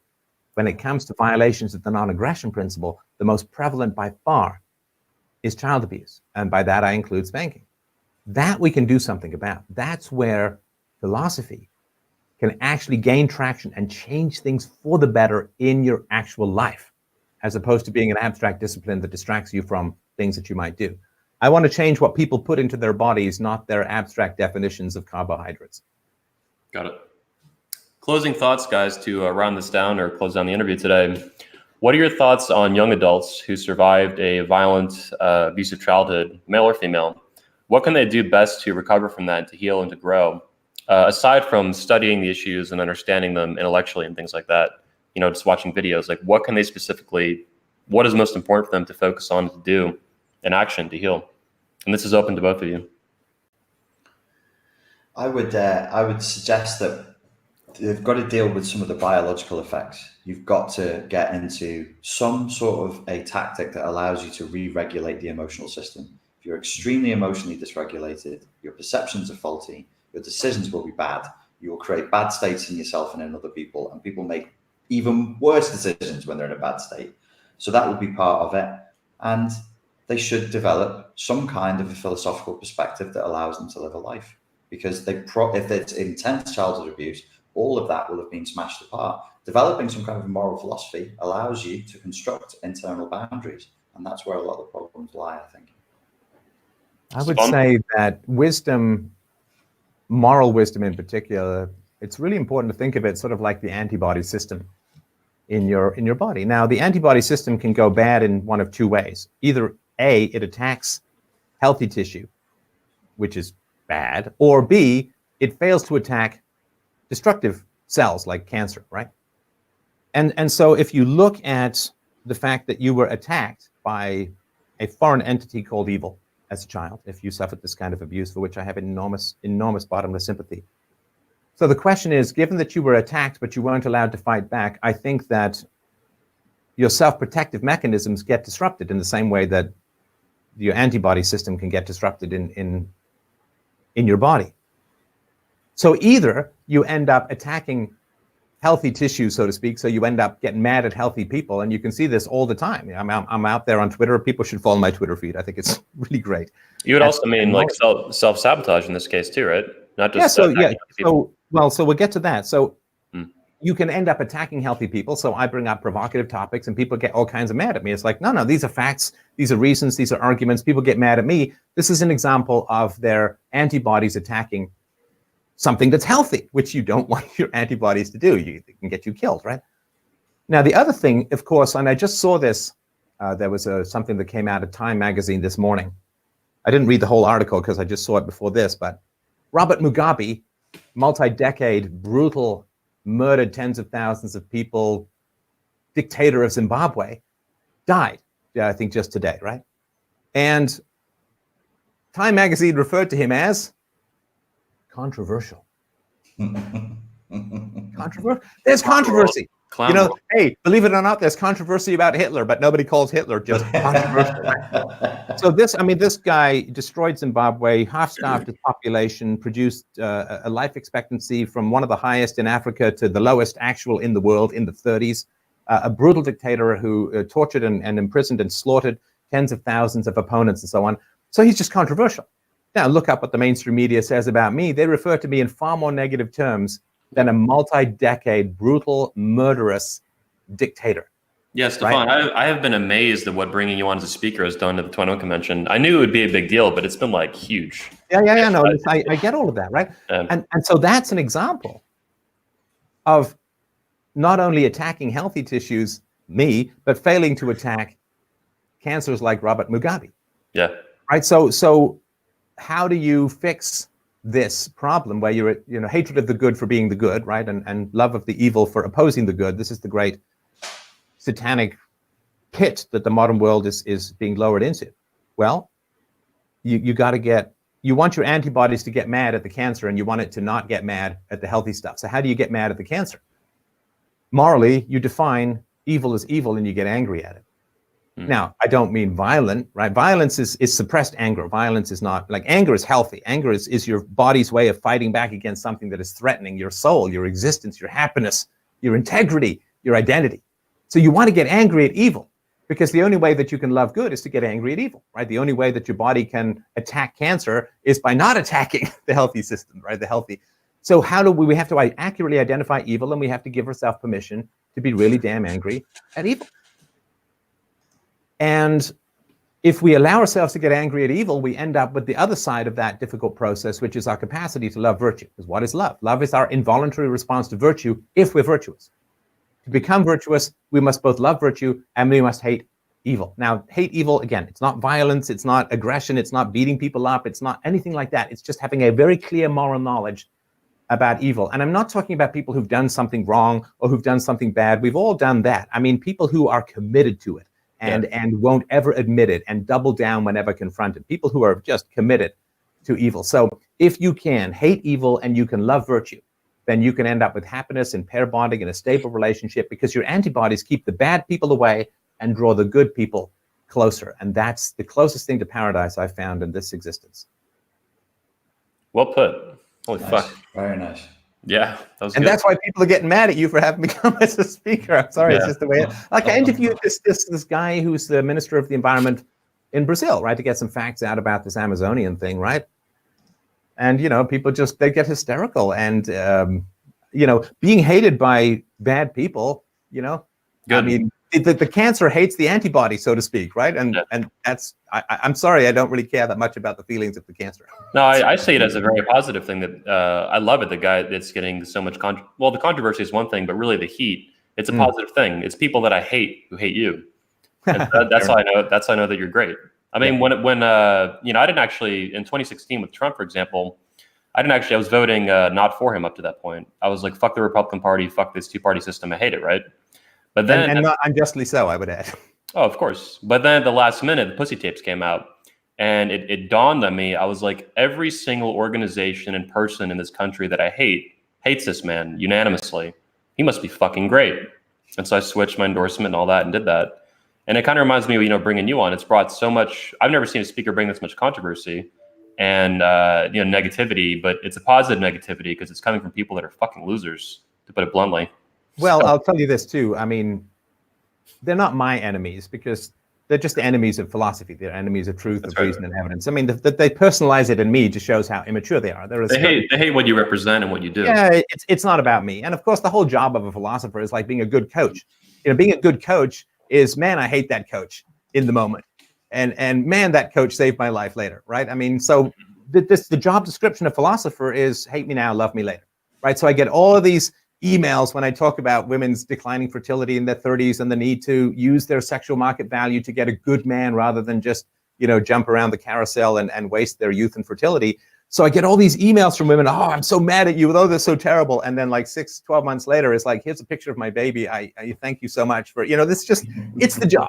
It's the job. The saying no in the face of rampant hedonism provokes a lot of anger. And later people are like, wow, so hate me now, love me later. That's, like it or not, that's the job description. And I'm happy to accept that. That's been the case for all good philosophers throughout human history. And there won't be any exception for me. But I'll tell you this, man. My enemies light a giant runway for my friends to find me. And this is sort of what you're talking about. It's like, oh man, I'm lost. Oh my gosh, there's a huge amount of fire and flurry and activity over there. I wonder what's going on. And then they find out that, it's just they're clearing the woods. There's this giant lighted runway and people are just landing by the millions. Fuck yeah. Well, with that said, gentlemen, this has been absolutely fantastic. I appreciate both your time today and your input. I love doing it. So we'll round down the interview today. You guys can meet myself and Stefan Molyneux at the 21 Convention 2019 of Orlando, Florida, this October 24th to the 27th. And special announcement I'll be making separately later today. All tickets bought before October 1st are buy one, get one free. So you can bring a friend to the conference if you buy before the end of this month, if you buy in September. Link to buy tickets will probably be beneath the video description, other places in the chat, things like that. And you can always just Google 21 Convention and you'll find everything you need right away. Stefan, Richard, thanks for your time today. Appreciate it. Well, thanks. I just wanted to mention that if you're coming, if you're watching this on my channel, click on my affiliate link below. I'm not getting paid for all of this, but we do want to check sort of how many people come in through what it is that I'm doing. So I'll put an affiliate link below this in the video and into the podcast. And just if you're going to buy, click on that link. It would be really, really helpful. It doesn't enrich me, but it certainly enriches the data that these guys can work with regarding me. Cool. All right, guys, I'm going to end it down. I really appreciate it. I'll see you next month in Florida. Absolutely. We'll stay on privately on the broadcast now. Sure. And it's about offline.